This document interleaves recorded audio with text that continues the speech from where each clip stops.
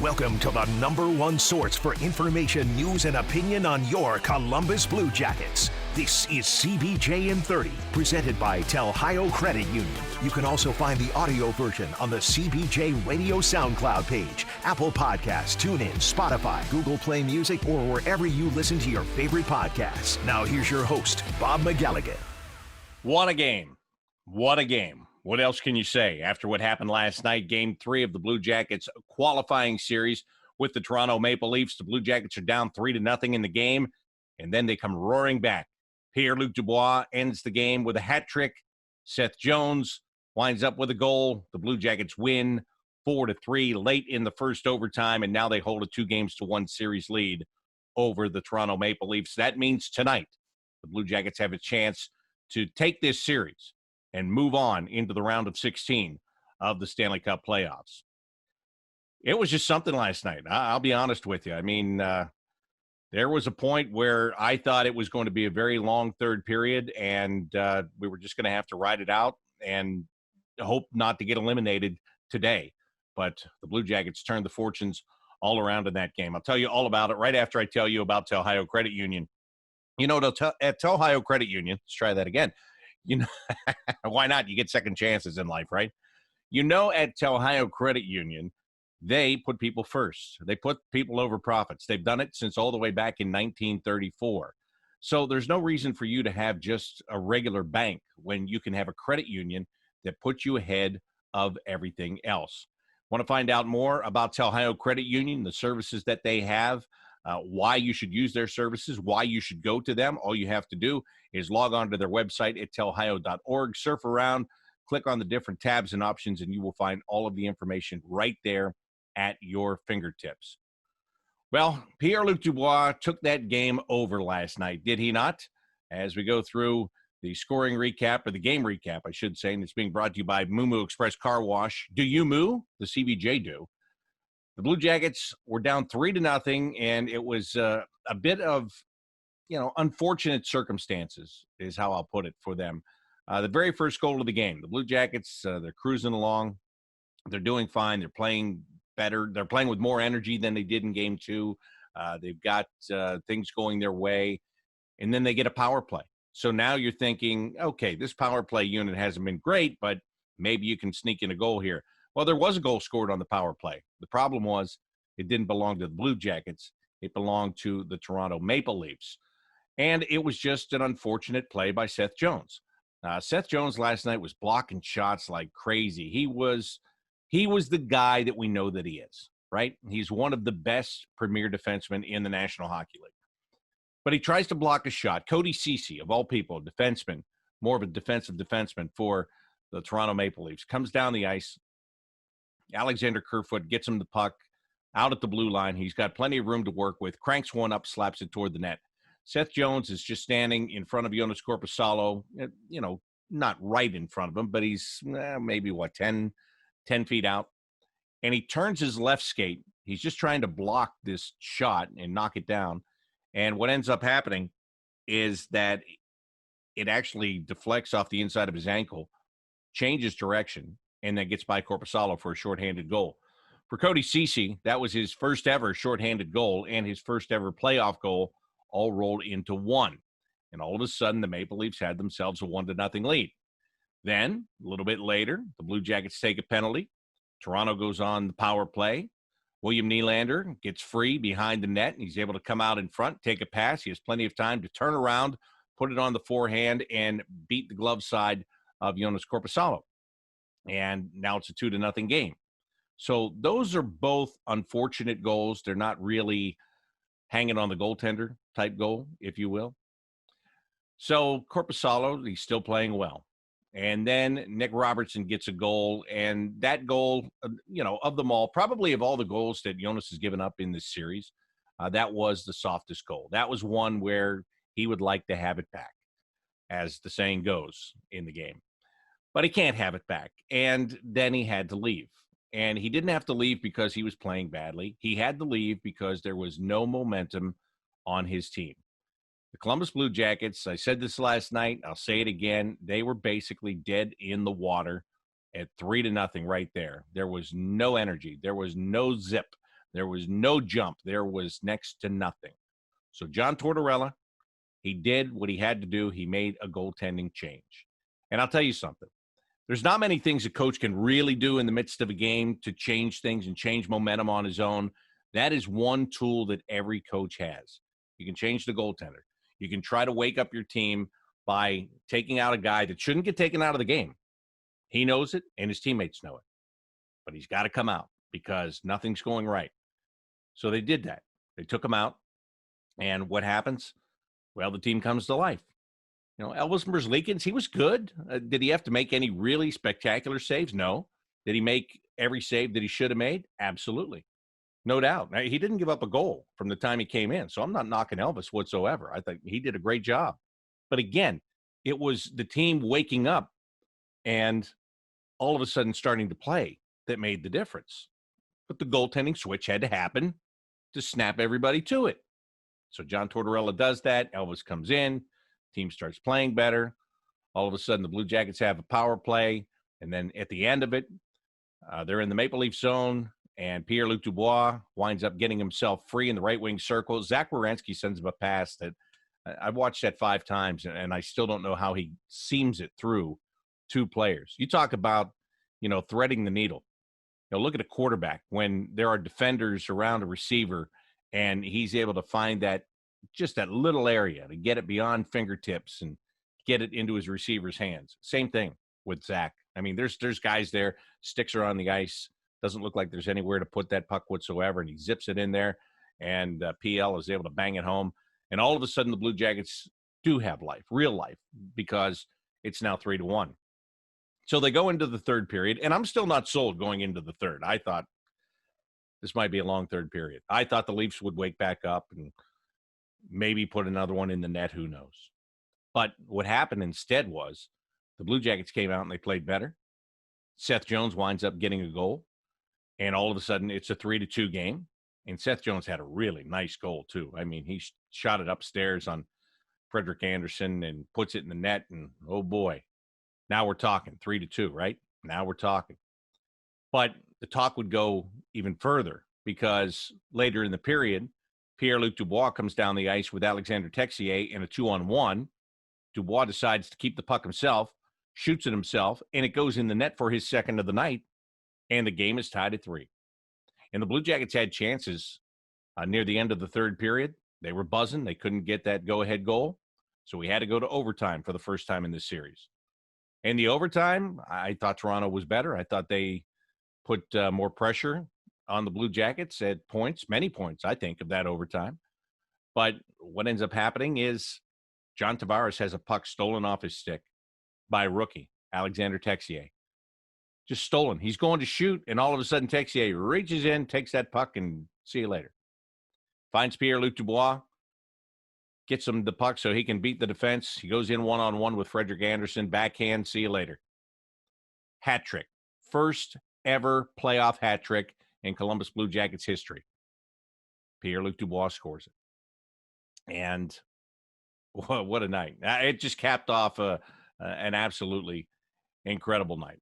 We're going to hear from Pierre-Luc Dubois coming up in just a bit, and also Blue Jackets head coach John Tortorella. But after the game last night, I was joined by Jody Shelley, the former Blue Jacket himself and now analyst on Fox Sports Ohio, just to go over everything that happened in that game. And again, a lot of things happened in that game, but Jody was kind enough to sit down with me and talk it all out. The Blue Jackets at 3-0. They looked as if they were left for dead.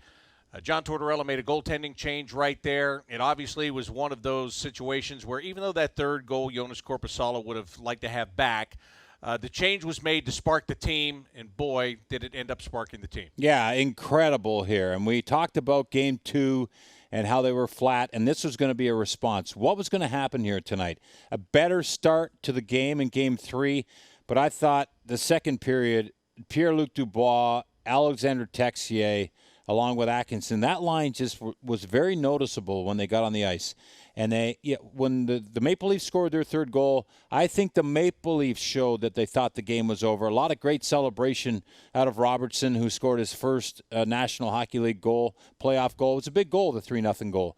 But the Blue Jackets had much more to show. Zach Werenski took over on the first goal. In the offensive zone, he was incredible. Small play at the line that was a massive one to keep the puck in, and then a feed to Dubois at the end of the cycle that was just incredible. That gave them a little hope. Then after that, they just kept going. They stayed with it. And how about Seth Jones? He put the first goal in off his skate. It was an accident, a bad bounce that went off his skate for the Toronto Maple Leafs past Korpisalo. He gets the third goal, top shelf shot.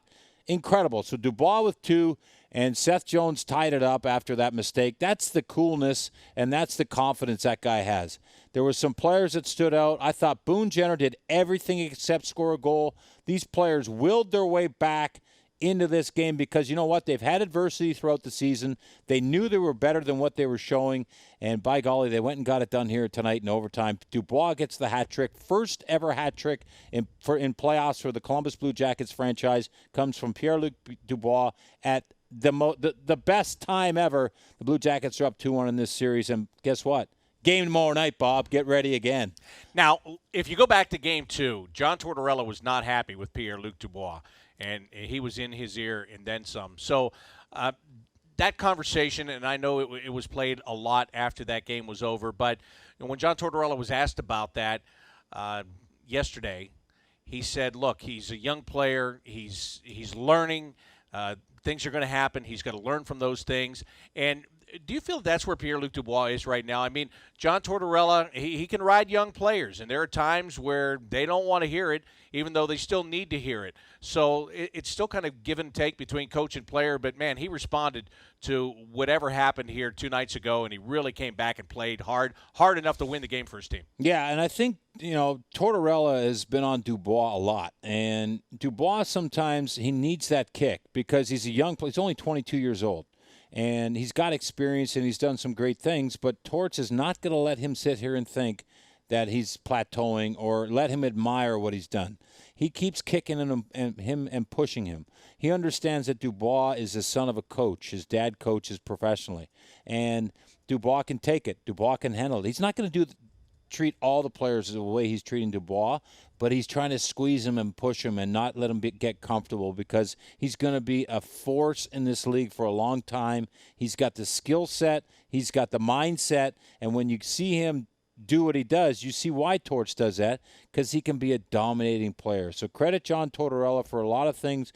Number one, being a great coach in the playoffs against skill. How about that comeback? Much like Game 1 last year against Tampa. And also pushing buttons of players. Wemberg had 1 shift in the third, 1 shift in overtime. Bemstrom didn't play in the third. These are players that sat because they weren't going. Riley Nash got more ice time. He was on a desperate mode to get his team back in the game. He knew that they had it in them. And they got it done. I don't want to overlook that. Riley Nash was a really important part of this game tonight. And if you go back to when he was signed as a free agent, remember all that talk that, he's a fourth-line guy, but he can play as high as the second line because he did that when he was with Boston. He played on their first line for a little bit. I think tonight was really the first opportunity we've got to see Riley Nash kind of just grabbing it and taking hold and taking more responsibility and doing it all night long. Yeah, and they used him. I mean, he's on the penalty kill now. That's something that, he did that in Boston. It's just more ice time. And the longer you sit on the bench, the less you can get involved and really show what you are. So when you do get an opportunity to play and get out there, a la Texier, Foodie, I thought was noticeable. I love the charge by Werenski and Jones. I love the play of, obviously, Dubois. But Boone Jenner, for me, as he took the opening face-off, and there was something in his attitude, even Nick Foligno banging the goalie a few times. Those are all little things that drive you crazy.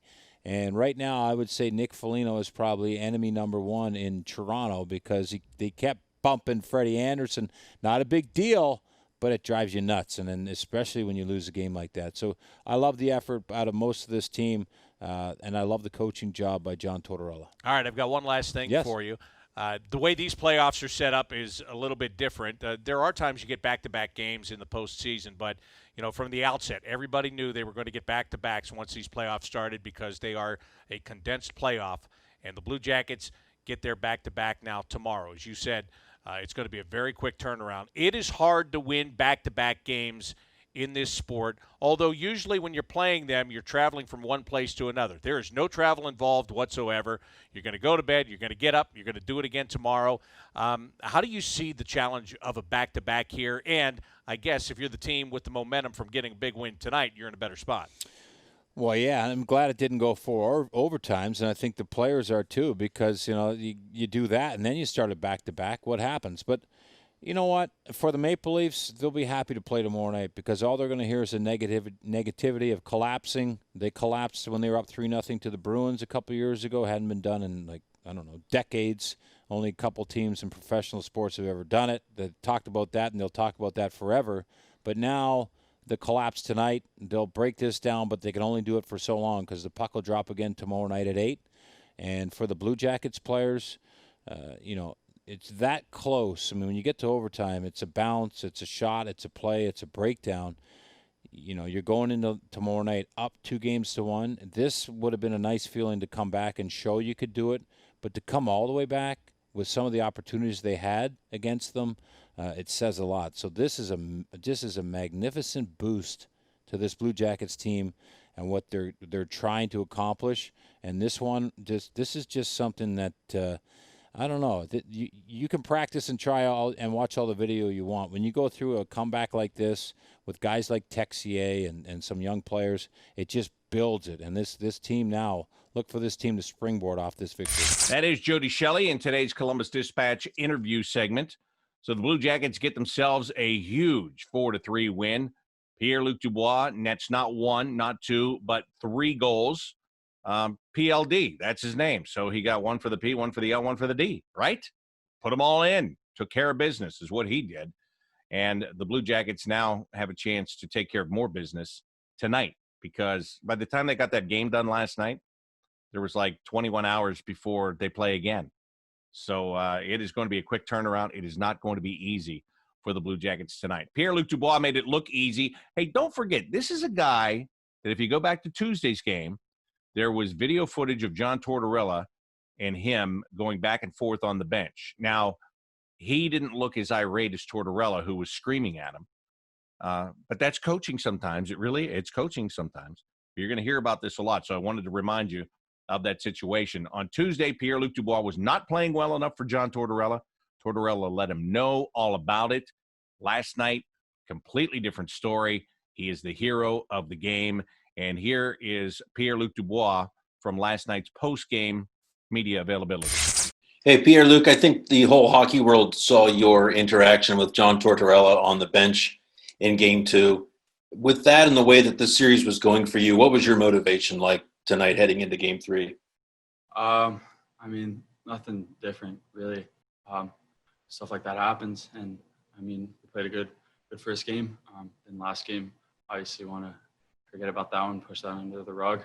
And coming into today, if you're lacking motivation, I don't think you're in the right spot or playing the right sport. So, everybody was motivated tonight. We went down 3-0, kept believing in it. Big saves by Elvis, big plays by everybody, and we win. And tomorrow's another big game. Next question from the media center. Hey, this question's for Pierre-Luc. This is Lindsay from City News. I don't speak French, so I have no idea what you said in your first answer, but you apparently have netted the first hat trick in Blue Jackets post-game history or playoff history.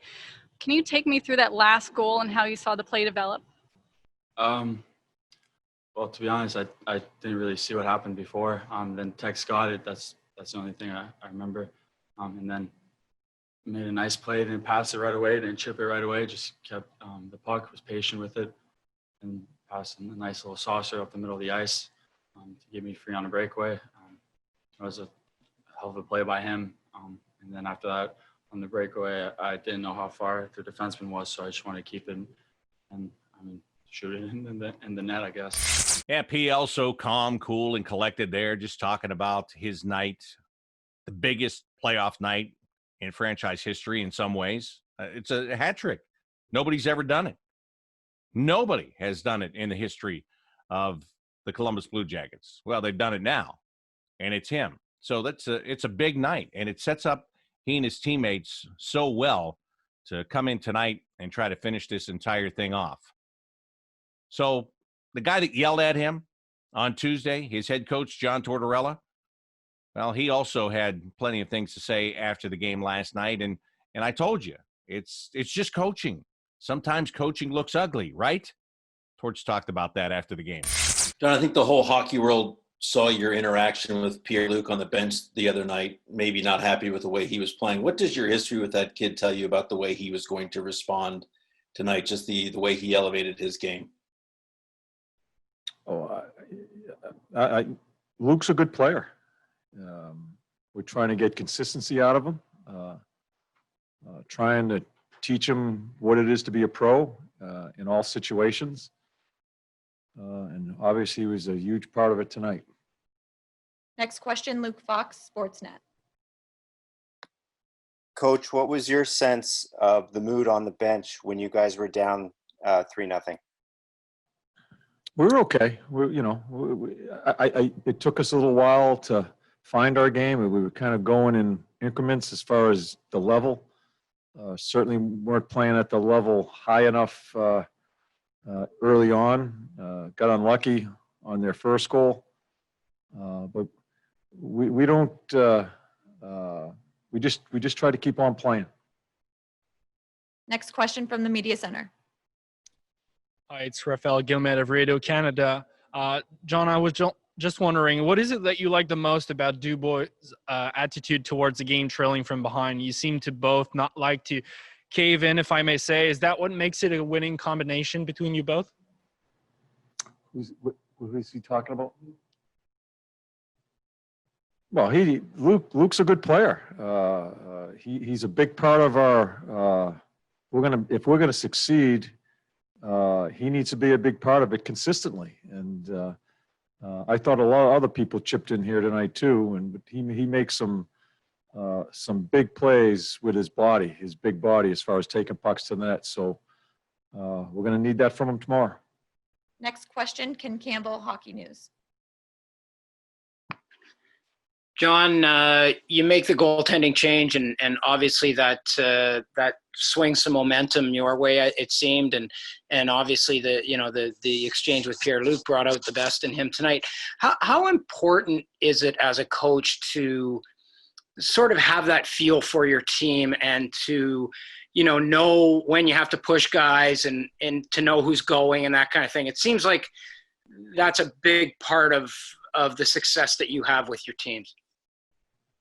Well, I don't know what the exchange. I think people make a bigger deal out of it than it should be. We're coaching our players.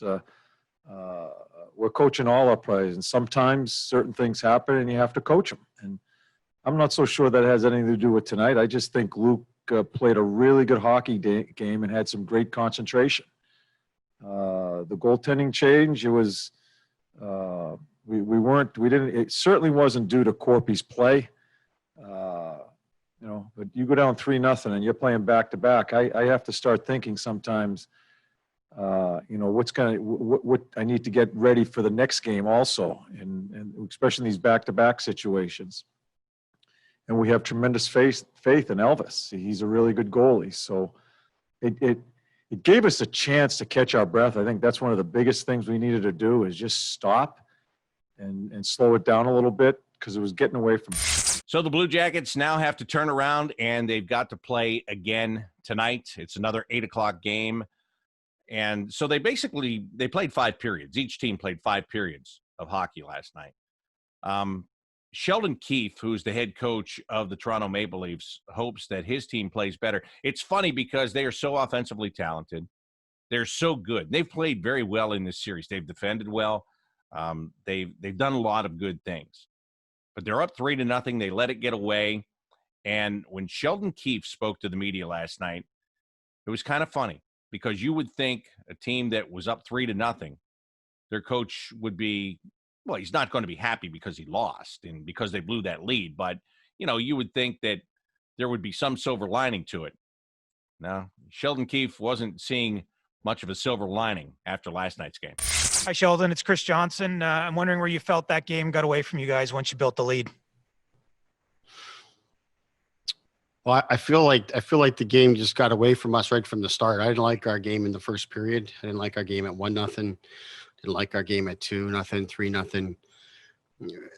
We just got what we deserved today. I thought we reverted back to a lot of really bad habits. We didn't have any real purpose or plan to our game today. We were just making up as we go along, so we get what we deserve. Take the next one upstairs. Josh Clifford with Canadian Press. Sheldon, how do you explain that after such a great performance in Game 2?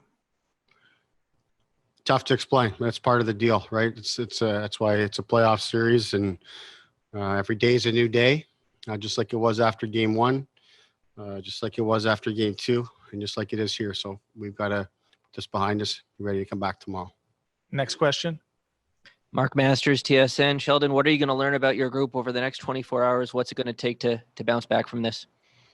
Yeah, we're going to learn a great deal, but I think we've already learned this. We've been through adventures like this with this team before. We've always come back with a great performance, so tomorrow will be no different. We'll take two more from the media center. Next question. Hey, Sheldon, obviously some increased responsibility for Travis Dermott tonight. Wondering how you thought he fared in that role. I thought that as a team, we didn't help our defense as a group, and as a group, our defense didn't help themselves. Last question upstairs. Sheldon, what message will you leave to the group heading into Game 4 on Friday night? Well, I've already talked to the team here today and talked, just really just reiterate the things we were talking about the entire game, that we weren't playing with any real plan or purpose. And it caught up with us, but that's over now. We've got to regroup here. This is what playoff hockey is all about. The emotions, the swings of momentum. It's the best part of playoffs here. So a chance to regroup and come back at it tomorrow and be a better version of ourselves than we were today is an exciting part for me. So we'll get to work on that. Well, he will have his team ready to go tonight. There's no question. Their backs are against the wall. If they lose tonight, it's over for them. They're going to be watching the draft lottery on Monday, hoping to get the first overall pick. And that's not where they want to be. That's not where they expect to be. I mean, these are home games for them. There's no people in the building. I get it. But these are home games for them. There's pressure. We've talked about that throughout this week. The pressure that you can feel it even inside the bubble for the Toronto Maple Leafs. So they will, if they don't come out and play their best game tonight, then it's obvious that they're done. They're gone. And the Blue Jackets will gladly move on into the Stanley Cup playoffs. All right, let's take a look at the stats leaders in the playoffs. And those stats leaders are being brought to you by Franklin University. Franklin makes it possible. Let's start with the league here. The points leader is Sebastian Aho. He's got 8. Connor McDavid and Ryan Nugent-Hopkins each have 7. Connor McDavid leads in goals with 5. Jonathan Toews has 4. Ryan Nugent-Hopkins with 6 assists, and Sebastian Aho has 5 assists on the in the playoffs so far. But for the Blue Jackets, the goals leader, obviously, Pierre-Luc Dubois with the 3 that he picked up last night. He was a beast in that game, and that's how he has to play every night, and that is why John Tortorella was on him, because he wasn't playing that way on Tuesday. He's got to be that way every night. It's a tough assignment. It is. And over the course of an 82-game season, there are going to be nights where he doesn't play like that because it's just such a grind. Wait till next year. Wait till next year with a compacted schedule, starting in December. The 1st of December is what is speculated, right? The first game instead of in October, and then playing from December until they're compacting the crap out of the schedule just to try to get it finished. And even though it'll be a later Stanley Cup again next summer, it's not going to be possible to play PLD style hockey every single game. It's just not, it's not possible now. It's going to be less possible during that schedule. But in the playoffs, you've got to bring it every day. And that's what John Tortorella wants. That's what he needs out of his top centerman. And by the way, before I go here, and I should have done this earlier, but I'll do it now. Alexander Texier, I thought, was phenomenal last night. Phenomenal. Showed up every time he was on the ice. He was just all over the place. He was making plays. He was taking shots. I was really impressed with the way that he played last night. And another rookie, Liam Foudy, he was noticeable too. Tell you who wasn't noticeable, Alexander Wenberg got himself in the doghouse think he played one shift in the third period, one shift in the overtime, as Jody said.